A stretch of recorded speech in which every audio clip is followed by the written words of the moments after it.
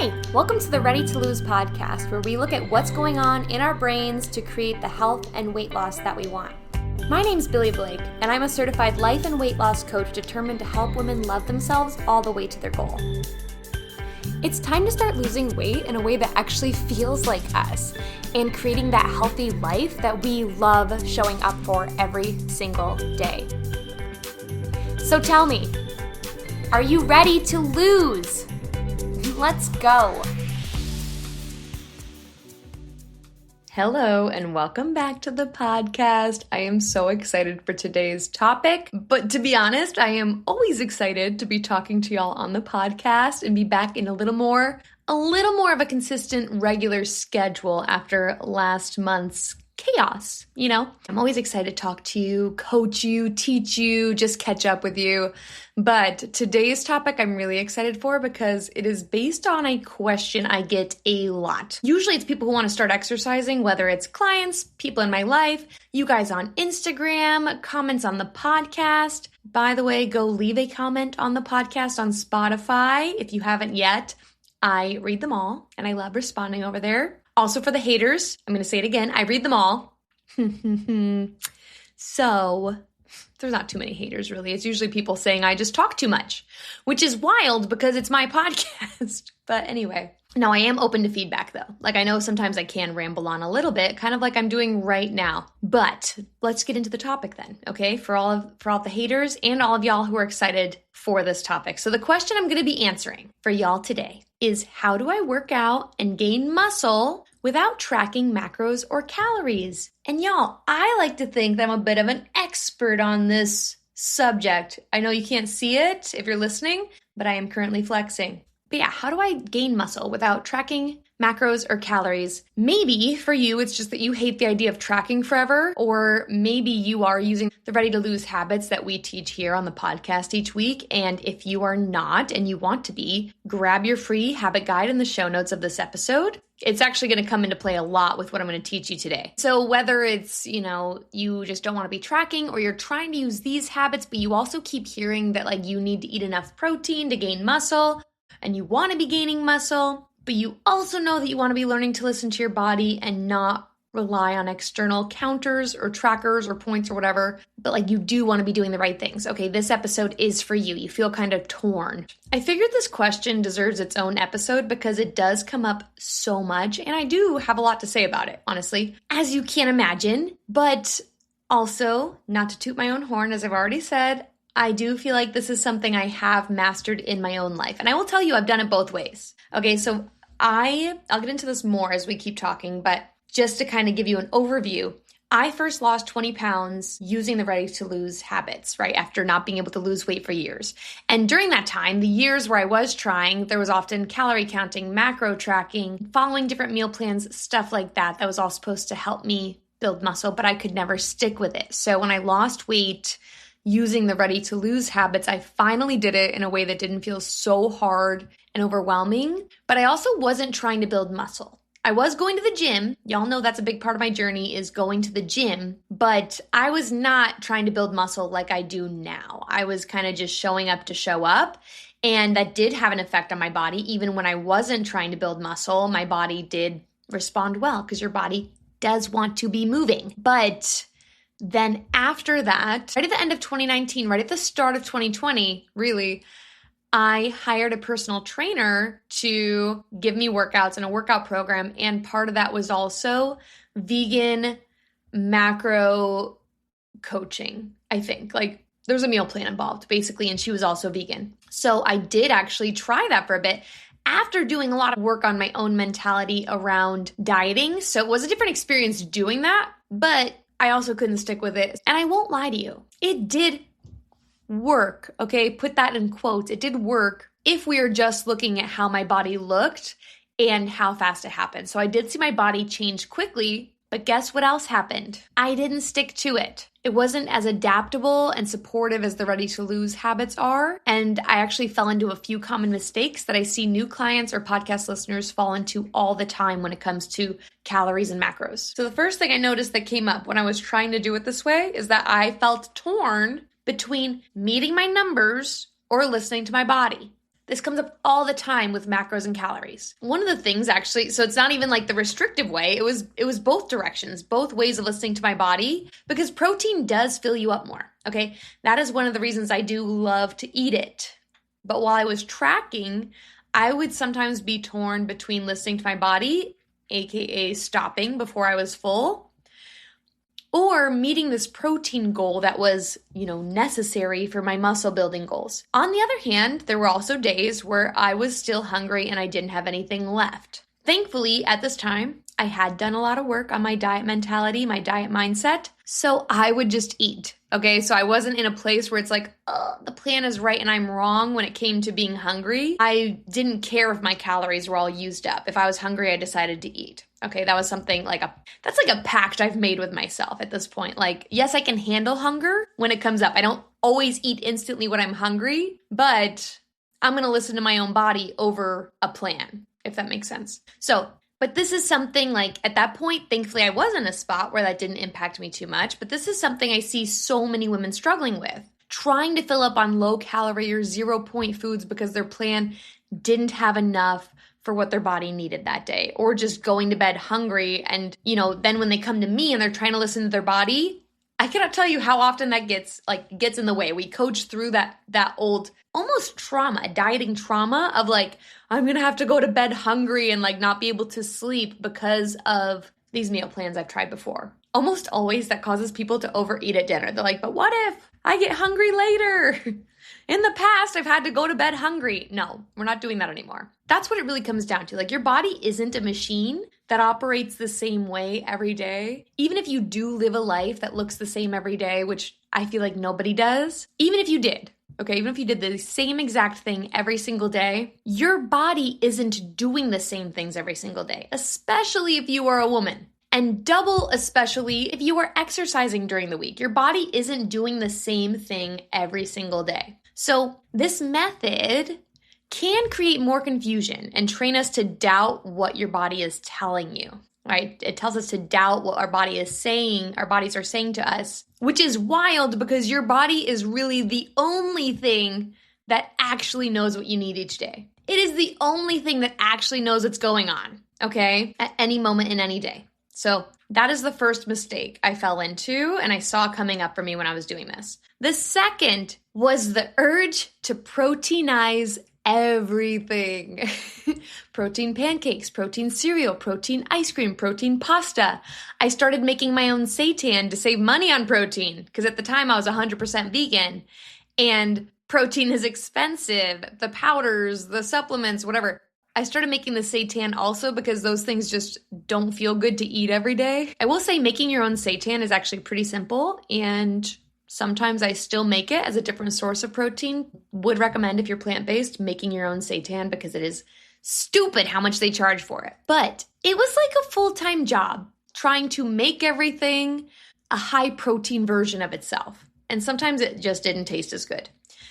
This can also lead to justifying overeating because, and I've had this thought so many times over the years when I was high carb, low fat vegan, when I was doing the protein vegan, even now it tries to sneak in there is this justifying overeating because, I should be able to eat as much as I want of this thing because it's good for me. When in reality, overeating is still overeating. And the third thing that happened is that I got burnt out. Inevitably, I stopped using this method even though I was still paying the trainer because it was just more work than I wanted to be doing. It was more mental space and calculating and thinking about my food than I really wanted to be spending my mental energy on. Some people will tell you, I see these posts all the time on Instagram, some people tell you that this is what it takes to see results. Like, you see how I look? Well, this is what it takes. Okay, I'm sorry.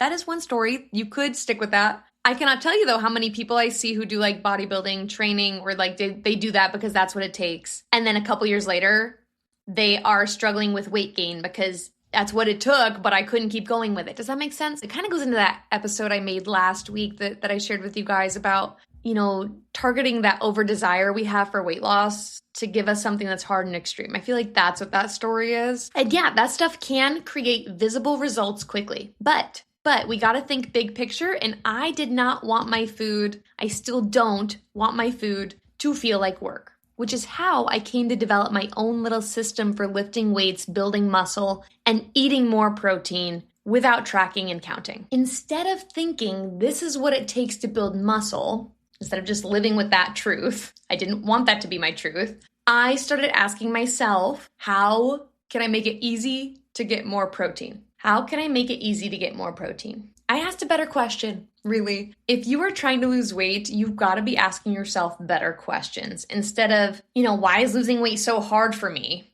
Okay, what comes up when you ask yourself that? Why is this so hard for me? Your brain's going to come up with all the reasons why you're broken or stuck or what's wrong with you that you can't lose weight. Instead, you want to ask, how can I make this easier or simpler for me today? How can I make losing weight sustainable? How can I start exercising this week? How can I get more water this week? Put your brain to work finding better answers. I will say this every day forever. I will never stop saying this to y'all until every single person I know believes me and implements this in her life. But if you don't want your life to feel hard, you cannot be losing weight that way. How you lose your weight is how you are going to maintain it. There is no end.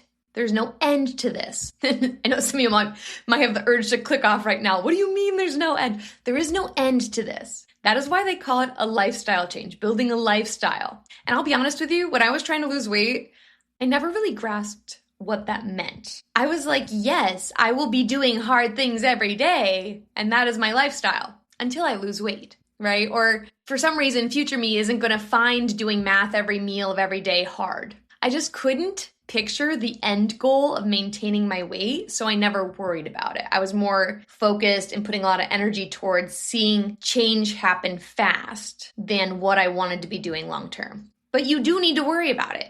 You need to be thinking about it and plan it. However you lose your weight is how you will maintain it. And most of us don't want a life that is constantly hard and restrictive. We don't want to be living each day with, that's what it takes. Like, you just want to be you want to be there and you want to stay there. And that might include doing some things that you find hard right now, but like you don't want it to feel hard forever, right? There's a difference. Some of that will include doing hard things. You want to have the confidence that you can do hard things. There will be hard things to do. But do you want your philosophy for life to be losing weight is hard or losing weight is hard for me? Probably not. How do I build muscle and not track a single thing? AKA get enough protein. And before I get into this highly complicated and sophisticated method, just kidding, it's going to be so easy. You're going to be so relieved, I think, to find out about this method. It's going to make your life so much easier. But before I share it, I know I will get into it, I promise.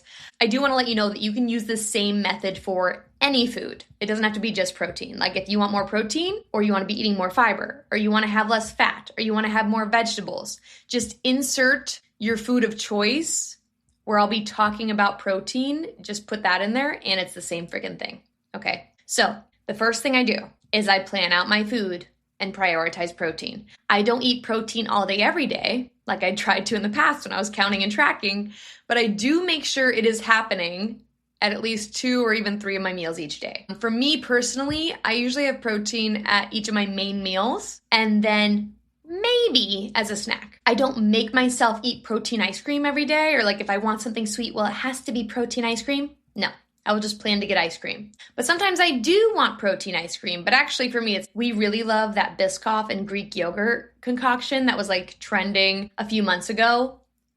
So good. We make that all the time. So that's like extremely high protein, but we like how it tastes and it's good. But sometimes I also just plan a cookie. Good old-fashioned sugar, butter, flour, and chocolate chips, okay? We actually just got some. I have one planned today. My plan today is to have a cookie after dinner, and they're like a good size. We actually got them at a golf tournament we were just in. It was like in the little gift bag, and they're made by the Amish. And I'm so excited because we had some at the tournament. They were so good. Anyway, we took some home, and I have one planned today. So sometimes I just plan that, and I enjoy it. But when I'm looking at my daily plan, okay, back to the protein.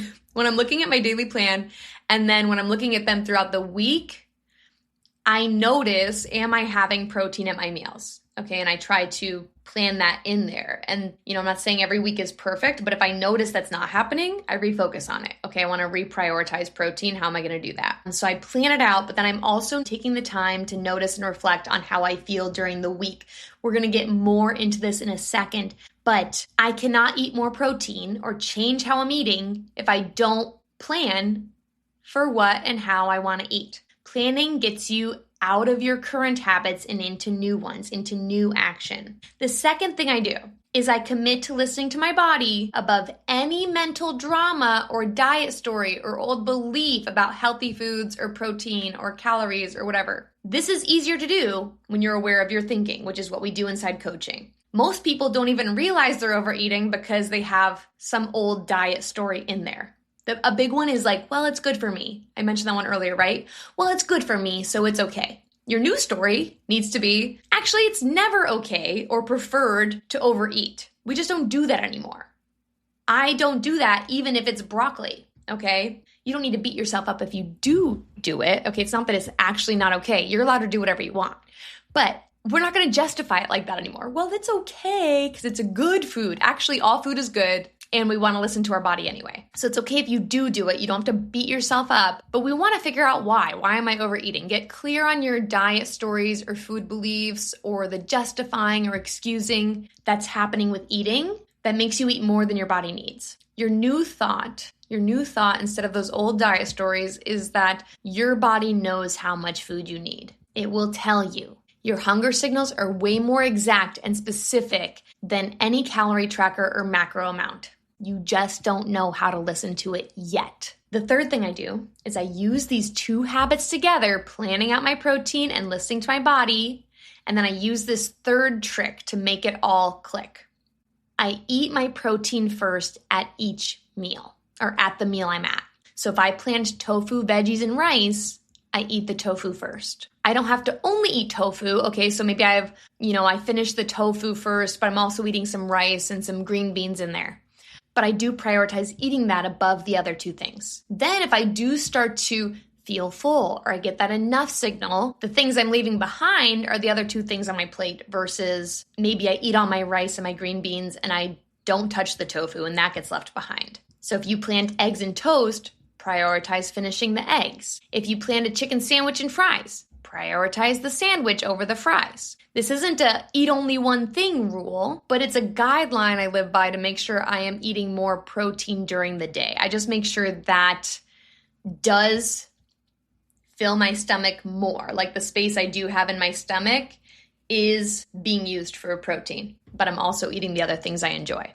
And then the fourth and final thing, like those are the things that I do to make sure I'm getting the protein, but this final thing really helps it all mesh together and feel very natural, is I think about why I like eating protein or fiber or both, whatever it is, or veggies, whatever it is. I think about why I like eating that thing, not just because weight loss, not just because it makes me, like when I think about protein, yes, it helps me keep my status of being the strongest little girly at the gym. That is part of it, but I also think about other reasons why I love eating protein. So I like being strong. I also, though, a big one, this is one of my biggest motivations, is I love how I feel when I'm eating more protein and fiber. These two really do go together for me. Over on Instagram, I've been sharing my favorite meal, my current meal fixation that I've been eating every day for a really long time. If I don't have it, I feel very sad. If I ran out of whatever I need to make it, I get very sad. But it is really my favorite thing to eat, and that it looks disgusting. So I like sharing it because I think it's kind of funny to share this disgusting meal and be like, my favorite meal of the day. It's slop, okay? It's my morning/lunch slop, which is, what it is it's oatmeal heated up with some soy milk or just water. And then I add Greek yogurt to it and Celtic sea salt and some raw or dry roasted nuts. And then I mix it all together and eat it. It is salty and tangy, and my husband thinks I am insane for liking this so much, but I actually do really like the flavor. When it comes to oatmeal, I've really always been more of like a plain savory oatmeal gal. Like I would put salt in my oatmeal and just eat it like that. I'm not putting like eggs in it, but I'm not doing berries and honey either, right? It's just kind of like plain oatmeal. And I get that from my grandma, I think. That was her thing. She'd always make me oatmeal. And it was just plain. I will eat sweet oatmeal. Oh my gosh, I feel like this is too much about oatmeal. It's a very controversial topic. But really what I love is how this meal makes me feel. I do my best work in the morning, and that's when I get a lot of stuff done. And I just don't want to be interrupted by brain fog or being hungry and needing to take a break to eat every couple hours, or just like not feeling good. I don't want to feel bad in the morning. I want to get stuff done. I like being that person. This meal keeps me satisfied forever. And not just that, I feel like I have more energy. I don't get hungry early on in the day. I just feel good, and I can focus on what I want to focus on. For a while, I would try eating eggs, and they just do not have the same effect, y'all. I'm sure a dietitian can chime in and tell me exactly why that is, what it is. But if I have eggs and toast in the morning, or even eggs and veggies in the morning, I've tried both, I get hungry like an hour and a half later. I assume that my oatmeal concoction, it's the combination of protein and fiber that's keeping me satisfied. And even probably the fats, like, keep me satisfied longer, from what I understand about food. Okay, not an expert. Don't quote me on that. But I think about things like that when I'm eating this way. Like, I like eating protein because of how it makes me feel. That's also why I enjoy less processed forms of protein too. I will eat a protein bar. Okay, we'll have a shake, a protein bar sometimes. But when I eat them, I get so bloated. I do not love that. I do not love feeling that way. I think about this a lot with protein. Like at dinner, I make sure I'm eating that protein, not just because I want to gain muscle, but because I physically will feel better throughout the day. I'm less likely to have cravings or urges. They just are less likely to come up, probably because it's doing great things for my blood sugar levels, all of that. And same with fiber. So whether you're trying to get more protein or more fiber or more vegetables or more whole foods, what you got to do is you plan out your food, make sure whatever that food is that you're trying to eat more of is on your plan at least 2 times a day. Listen to your body when you eat it, and then prioritize that food on your plate, okay? So for me, it's like I plan protein for at least 2 of my meals each day. I listen to my body when I'm eating that meal, and I just eat that food first. Then the bonus is to remind myself all the reasons why I love eating that food. Remind yourself all the reasons why you love eating whatever it is you want to eat more of. Yes, to reach your goals, but maybe it's also because you feel better throughout the day, or because you know it's helping your cholesterol and your health, or because you love being a healthy girly and your plate is reminding you of that when you see it. That is my secret. That is my secret process for eating more protein without doing any math or measuring or weighing or whatever someone's telling you have to do because that's what it takes. I don't do any of that. If you want to do those things because that's what it takes, then that is your choice. This is not for you. If you want to be doing what it takes, that's totally for you. But if you look at my muscles and how strong I am, go check out me on Instagram. I post a lot of gym selfies. Just know that I am doing that without any measuring. I want it to be easy, and so that is how I'm doing it. So if you're ready to lose weight in a way that is simple and doable and that you can stick with long term, Ready to Lose coaching is for you. If you want to be doing what it takes until you reach your goal, it's not for you. Okay? Yes, I teach people how to do really hard things. They start doing things they never thought they'd be able to do, but we never categorize it as hard. So at the end of 6 months, if you decide to sign up for coaching, you will lose weight, but you will also have the skills to problem solve your own weight loss obstacles. I really need to emphasize this because I do not want you relying on coaching forever, right? Just like I don't have to keep working with a specific coach forever. What we talked about today, how to eat more protein without it being hard and complicated. Or maybe for you, it's how to be social without drinking, or how to enjoy the holidays without gaining weight. Your brain is an amazing tool that we are never taught to use or manage, but that's what you'll learn how to do in coaching. That is the skill that changed everything for me in my weight loss, is learning how to unlearn a lot of the stories and habits I had built with weight loss and food and build the ones I really want. You can finally build the healthy habits you want, the ones you keep thinking about, that you keep trying to implement and don't happen. You'll learn how to do that and know that you can do it again and again, no matter what life throws your way. So sign up for a free session with the link in the show notes. And until next week, remember, you've totally got this, and I'll talk to you soon. Bye! Thank you for taking time today to listen in. If this helped you at all, be sure to share it with a friend so she can stop feeling stuck and start creating the health and self-love she deserves. Or post it to social media and tag me so I can personally thank you for helping me get the message out. I am so excited to be on this journey with you. Keep showing up for you. You'll get there. Talk to you soon.